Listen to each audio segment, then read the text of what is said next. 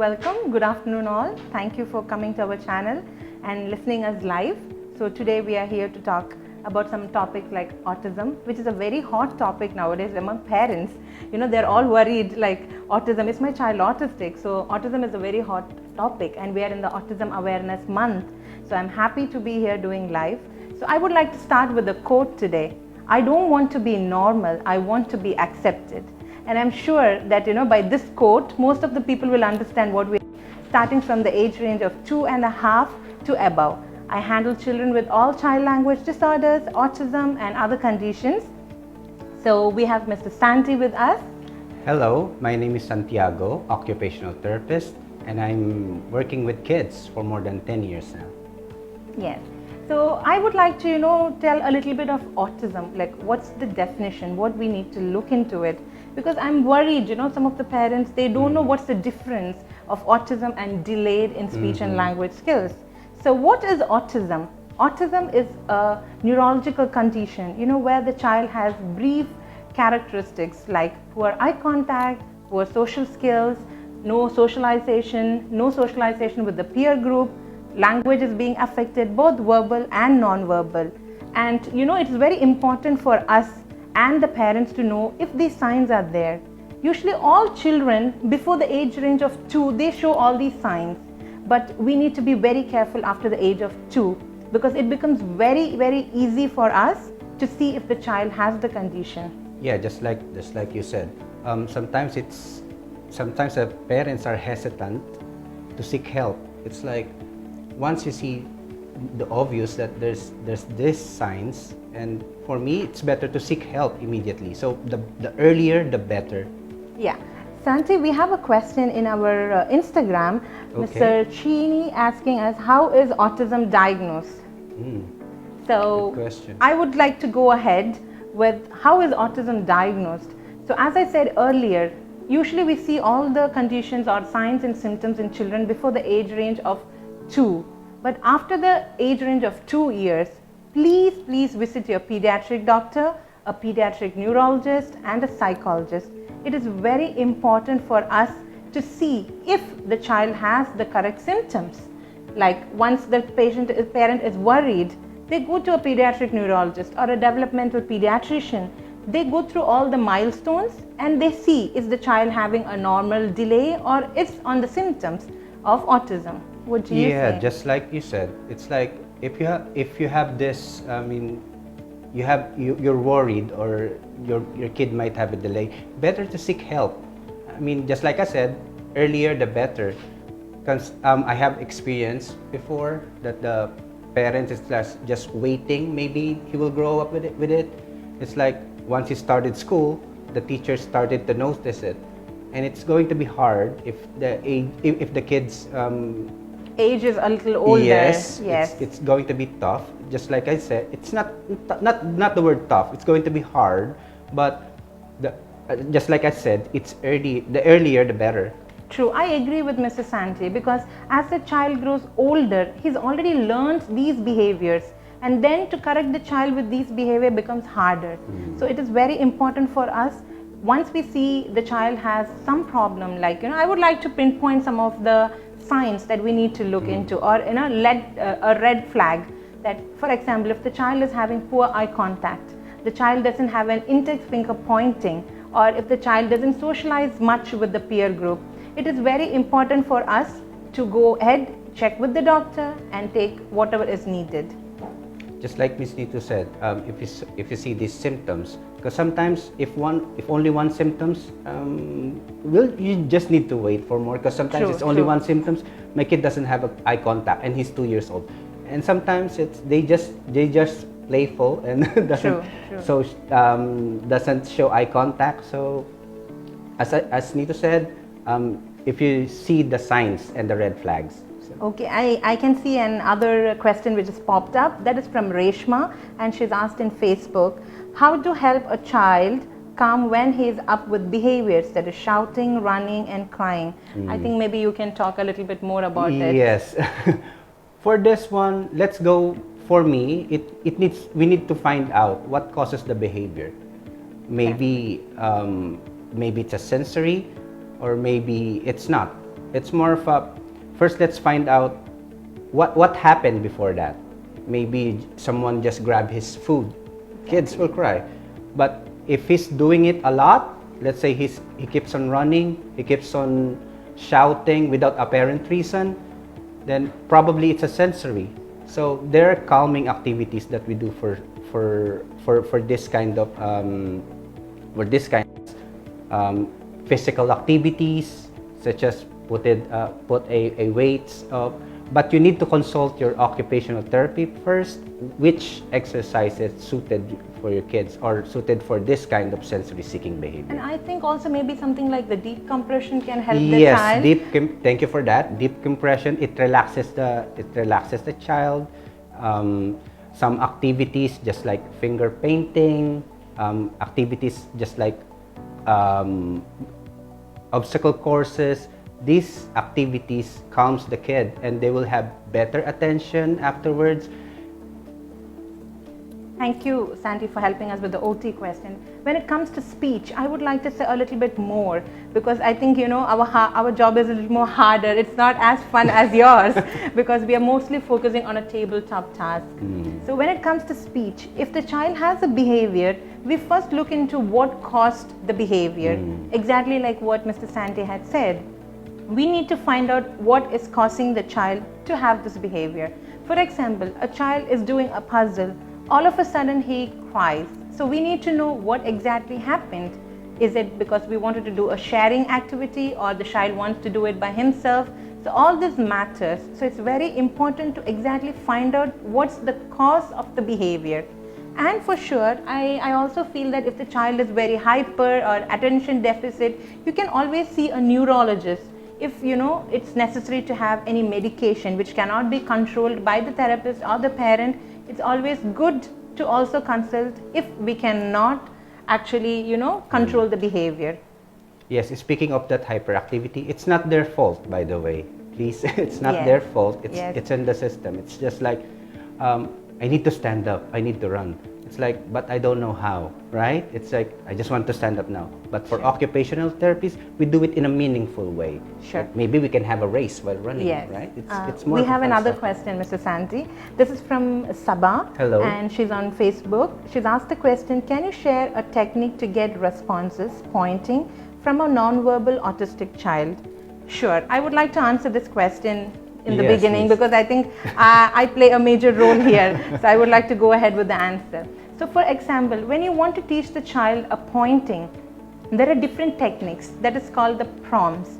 So there are prompts, fully prompt, partial prompt, and zero prompt.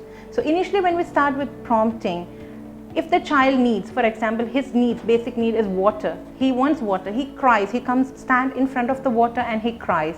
So what we need to do, take our hand, give the hand to the child and ask him to point. So for example, if I have a child, I take the hand of the child and then ask him to point. So this is full physical prompt given for the child for his need. Slowly going ahead, giving him 10 trials, 20 trials. Every time he needs this, give him the full prompt. After 10 to 15 trials, see if you can reduce your physical prompt. That is from taking the hand fully, just see if a little bit of push, if the child can point. So that is how we help the child in pointing and asking for his needs. So this is how it works in our area. So maybe if you can help. For the occupational therapy part, at least the kid needs to learn his body position. It's like, is it my index finger, is it there? So for occupational therapy, it's more of a concern for that. Does he know his body position? Does he have eye and hand coordination? Does he have that? So for me, working on these skills will also help kids with non-verbal to do pointing for requesting. That's for occupational therapy. True. So it is very important, rather than just demanding from the child, give him a prompt or give him a help that can actually help it.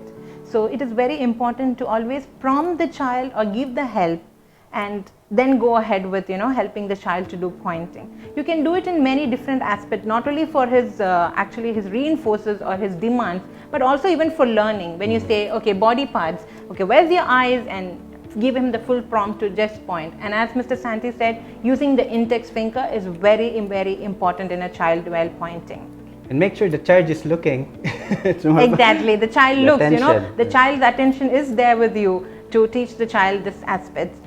Okay, so we have another question again coming up. So that is from Ms. Shally. Shally, yeah. My child can now speak but still have problems in expressing herself and her feelings. Some SLP said that she doesn't need speech and language. Is it true? Thank you for the question, ma'am. I would like to address this question like we need to see, by just reading this question, we need to know a little more details about the child in this case. We need to know what exactly the age of the child is. Have you done an assessment with the speech language pathologist? Or, what have they guided you? It's only the matter of that the child cannot express his feelings. And what about the other language concepts? So it is very important for us to actually know more details about it. But I would suggest, when your question is regarding like her expression skills, some children are very good with their comprehension. And I would also say bilingual language, like two people or two language at a home. Maybe if you're an Indian, you speak Hindi and English, or if you're another nationality, Arabic and English, or French and English. That actually confuses the child when it comes to talking. So for example, he may understand, for example, like come, and the regional language has another word. The child will understand both, but when he has to say, come mommy, the child will be just thinking, okay, what is the word that I should be using? Okay, so Yes. is it maybe only the gestures that he will understand, not the word, but only the gesture? The child will also understand the word, but only when it comes to talking. As I said, when there's two languages at the same time used, it may be difficult for the child to actually identify what word to be said. So it is very important for us to use one language, and it is very good that you also consult an SLP, because as I said, we need more information about the child, the age, and what is the language level of the child to talk more about. So we have another question coming from Jean. Hello, Jean. Do you recommend that an autistic child can be included in a regular school or maybe enrolled in a special needs school? Thank you for the question, Jean. Actually, this is again something related to the above question. We need to really know what's the level of the child. And according to the rule here, we know that inclusion is very high prioritized here in UAE. We always have an inclusion category. So if the child has just a minimal problem, they can always go to a regular school with the help of a shadow, depending on the school's demand. So that is very important, yes. But if the child has a lot of behavior issue, he cannot be accomplished in a classroom. As we all know, a classroom has 20 to 25 children. Lots of distractions. Yes, lot of distraction and difficult, to get one-to-one attention. So we need to always see the level of the child. It's just a minimal problem like an articulation problem or things like that. Or if it's a high functioning autistic child, he doesn't have any behavior. It's only when it comes to talking. You can always go to a school, not necessarily that you need to go to a special need. But as I said earlier, we need to know a complete history of the child before we decide, is the child ready for a normal inclusion? Is he able to cope up with that stress? So all this, his writing skills is very important again. Yes, plus also in school, there's a lot of demand. The demand is continuously. So the need needs to adjust and transition. The transition is fast. And also, I have experience with that. What happened is that the kids still have some issues and they already send it to a group, send it in school, regular school. The problem is the kid attention span is very low. So what happened was they seek help again. I mean, the kid is not learning and started crying and shouting inside the classroom, which means I mean you understand. It's like, okay, you're here now. You're on your own. At least a kid needs someone to show him or to prompt him how to work in school or how to attend school. Yeah, maybe we can ask. We have a few more questions to be answered. So we're sorry if we are a little faster. So we have a few more questions to be answered. So next we have Ms. Karishma. Hello, She's Ms. asking, Karishma. if your child is a very picky eater and runs away from all food and has specific food habits, how can you help to develop like eating? Okay, so if a kid is picky eater, we need to know why first. Why? Does he like hard substances? Does he like soft substances? So mainly it's the sensory input that has the child that what is the reason of the child not eating some kind of food. So in my experience, what I would say is some children, they mostly don't like to eat smashy foods, like they play the child, and then we strengthen those muscles, and then we give them different kind of food. So first, before feeding it with the mouth, we try to ask the child to play with it. For example, if it's the banana, we would just ask the child to just smash it, feel how it is, and then take the oral input. So eating can always be fun if you help, if you take your child's help in kitchen and make a little bit messy play. So that makes it a fun thing to eat. So that is how we help small children to start with feeding. And we have another question that has come, that is from Yasdi. She's asking, we badly need help for picky eating. Any tips? As discussed earlier, the same question was asked by Ms. Karishma, and she also asked the same thing. So as I said, before you push the child to eat, start playing with the food. Give the child, let him start making it messy, let him enjoy the feel. It is just the sensory that the child is not able to take it. So I think maybe you can try doing some messy play with the child. Play with yogurt, play with mashed potatoes, play with bananas. Give it to a doll, ask the doll to take it first, let him feed maybe somebody else. If daddy is at home, you cut the bananas or any food that you want to try, ask the child to feed it to another person to see, yes, this is how it looks. And start with small quantities, not a very big or a spoonful of mouth. So just start with small quantities so the child can take it over. And plus also, I mean, you can show the kid videos of kids eating, right? So visually she will learn. Yes. So we have another question from Ms. Mary Ann. Is it enough to conclude that my baby is autistic just because he cannot speak at his age? He's already 2 years, and this is from Facebook. Most of our questions are coming up from Facebook. Hello, Mary Ann. Yeah. So no. Only because your child is not talking or the child cannot actually communicate with another person, no. As I said in the beginning, there are some red flag signs that the child is not talking verbally, or the child doesn't have an eye contact, the child doesn't use the index finger for pointing, poor social skills. Even with the want to play alone, the child has some repetitive behaviors like flapping hands, or the child wants spinning objects. So there are so many signs that you need to just look in. Not only because he's not talking, he cannot be an autistic child. So if you have any confusions, please visit your pediatric or a developmental pediatrician to see the child has all the normal milestones, or is he age appropriate. If not, they will again refer to a consultant like a speech therapist or an occupational therapist, a psychologist, for detailed investigation, and that is when we know that yes, is the child autistic or it's just a normal delay. And we have the next question from Basha. My child is going to be 2 years, but still he can say a word, mama and papa only. Is it sign of autism? Sir, thank you for the question, sir. As I said, the last 2-3 questions were something similar, and my answers are the same. Just the child only saying one word, it's not autistic. But the child here to be highlighted is the child is 2 years and only saying one word like mama and baba, which is not enough. By the age of 2 years, he should be having 1,500 and above words. He should be able to say question and answers. He should be able to give more sequencing activities. So you need an evaluation, that I would say, not for autism, but for a delayed language. So you need to consult immediately a speech language therapist who can help you. As Mr. Santiago said earlier, early intervention is very, very important rather than just waiting and delaying it further. I hope I answered that question. So we have another question coming up from Dhanya. Thank you, Dhanya, for the question.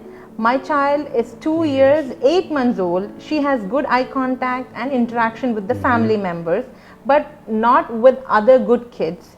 After lockdown, child is attracted to things very much. Thank you, Danya. Maybe you can go ahead with this. Yeah, just like you said, after the lockdown, I mean, there's a lot of things again to consider with regards to this. 2 years, 8 months, maybe one of it, it's like you need to socialize, or maybe she doesn't play with other kids. Maybe that's one of the reasons. But diagnosing it with autism, it's again we need also to know, again, just like what Neethu said, what's this, the symptoms. Symptoms, yes. Okay. So if you only have 1 or 2 symptoms, I'm not quite sure if you can diagnose it with autism. Danya, I would also like to add the age of the child. As you say, the child is 2 years and 8 months.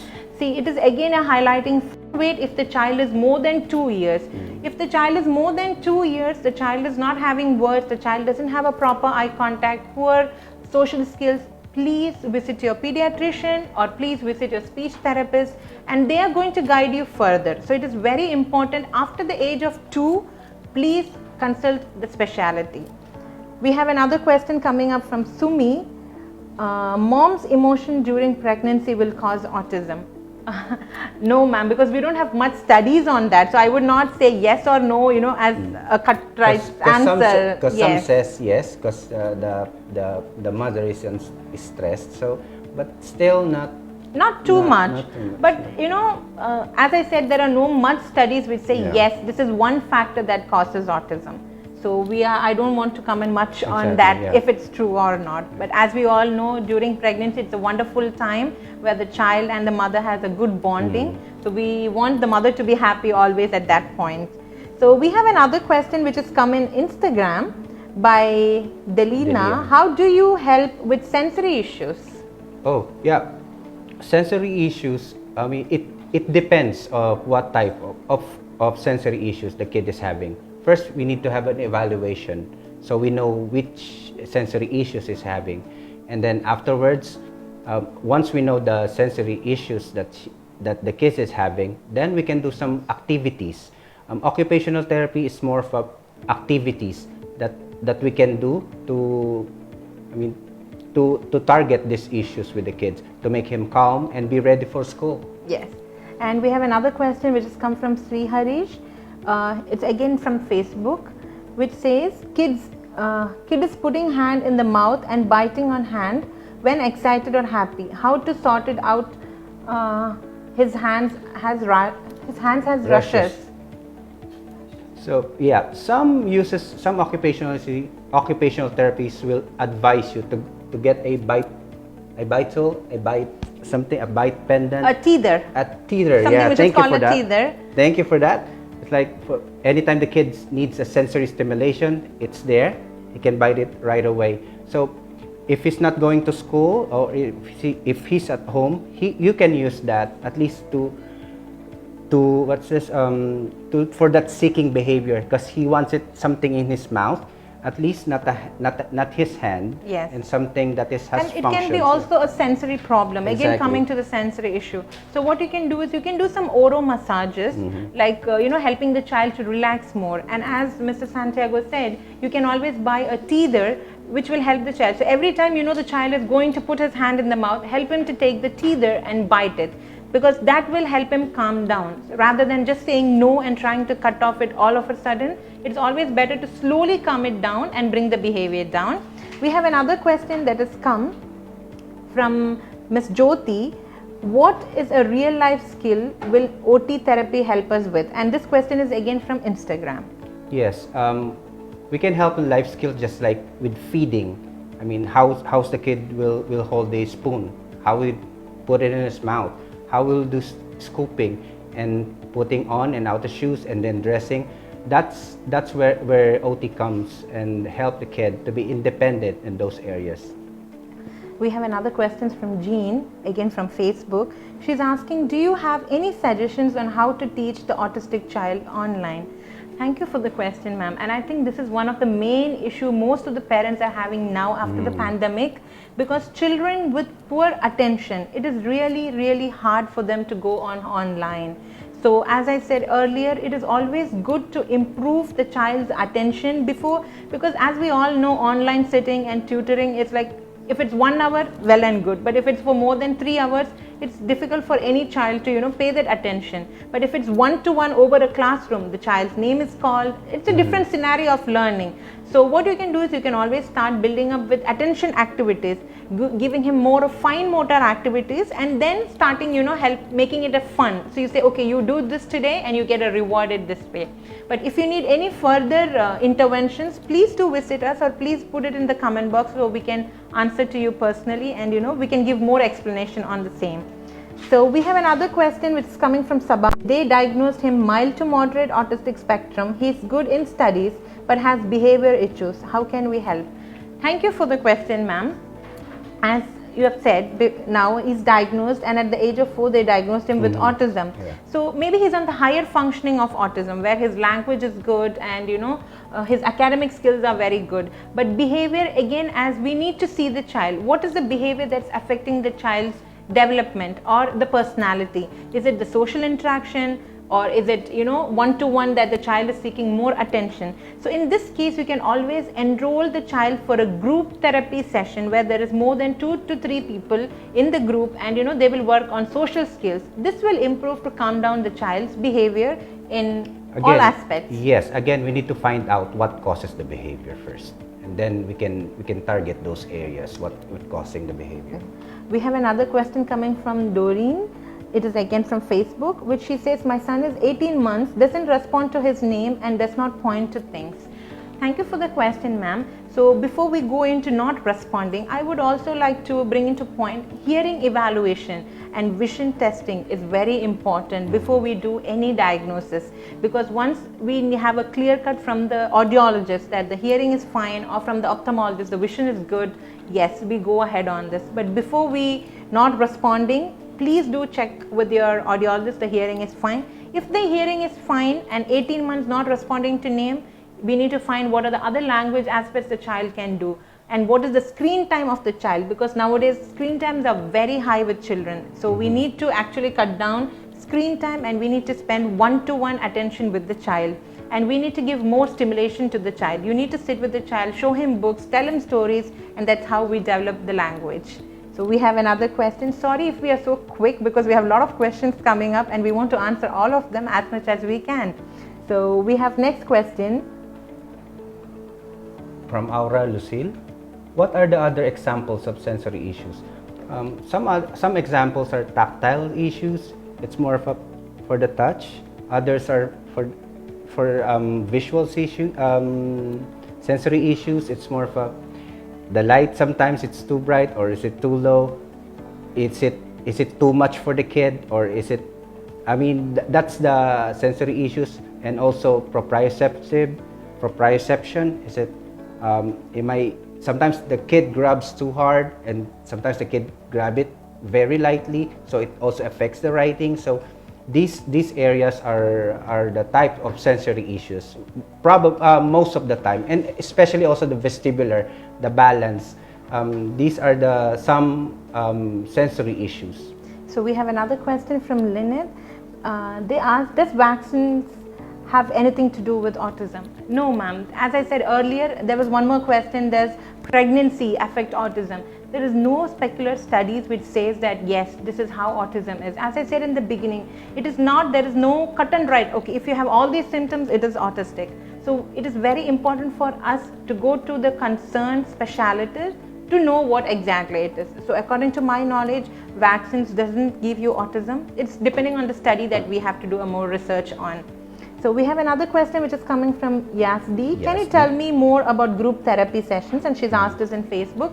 Sure, ma'am. As we in Burjeel, we have group therapy sessions. Here what we do is, during the group therapy sessions, we combine 2 to 3 children of the same age range and the same language level, where we ask the children to come and we work on the social interaction. We give them fun activities where they can actually share with them. We can ask for requesting. So there are a lot of language aspects where we work on. So this is done in group. So we usually recommend a child to come for individual session, and once the individual session the child is progressing, we go ahead with the group therapy sessions. So you can always contact us for the group therapy sessions if you would like to enroll your child for it. So we have another question coming in again. So the next question is from Dolphy. What if my child shows some of these symptoms? And he's asked us on Facebook. Yes, just like again what Neethu said earlier, if you see those symptoms, consult your doctor right away. So that's the best thing that you can do. Consult the doctor immediately. Okay, we have one more question that is there. Is early diagnosis important? It's asked by Nigel and it's from Instagram. As we discussed earlier, Nigel, early intervention is very important rather than delaying. It is always good After the age of 2 years, if their child shows any of the signs and symptoms, please check with the specialist. I think we are running out with the time also, Mr. Santi. Yes, So maybe, yes. we can just cut down and we can Yeah. slow down slowly the live. Yes, thank you very much everyone for joining us today. Thank you so much for joining us on live, and I hope we answered some of the questions that was asked on live. But if we have missed by chance any of the questions, please drop in your questions in the comment box and we will surely answer these questions. And you can also visit us in Burjeel Day Surgery Center, Reem Island for further questionings, and we are here to help you. Hope you all liked the show. My name is Santiago. And this is Neethu. Thank you for listening us live. Have a nice day.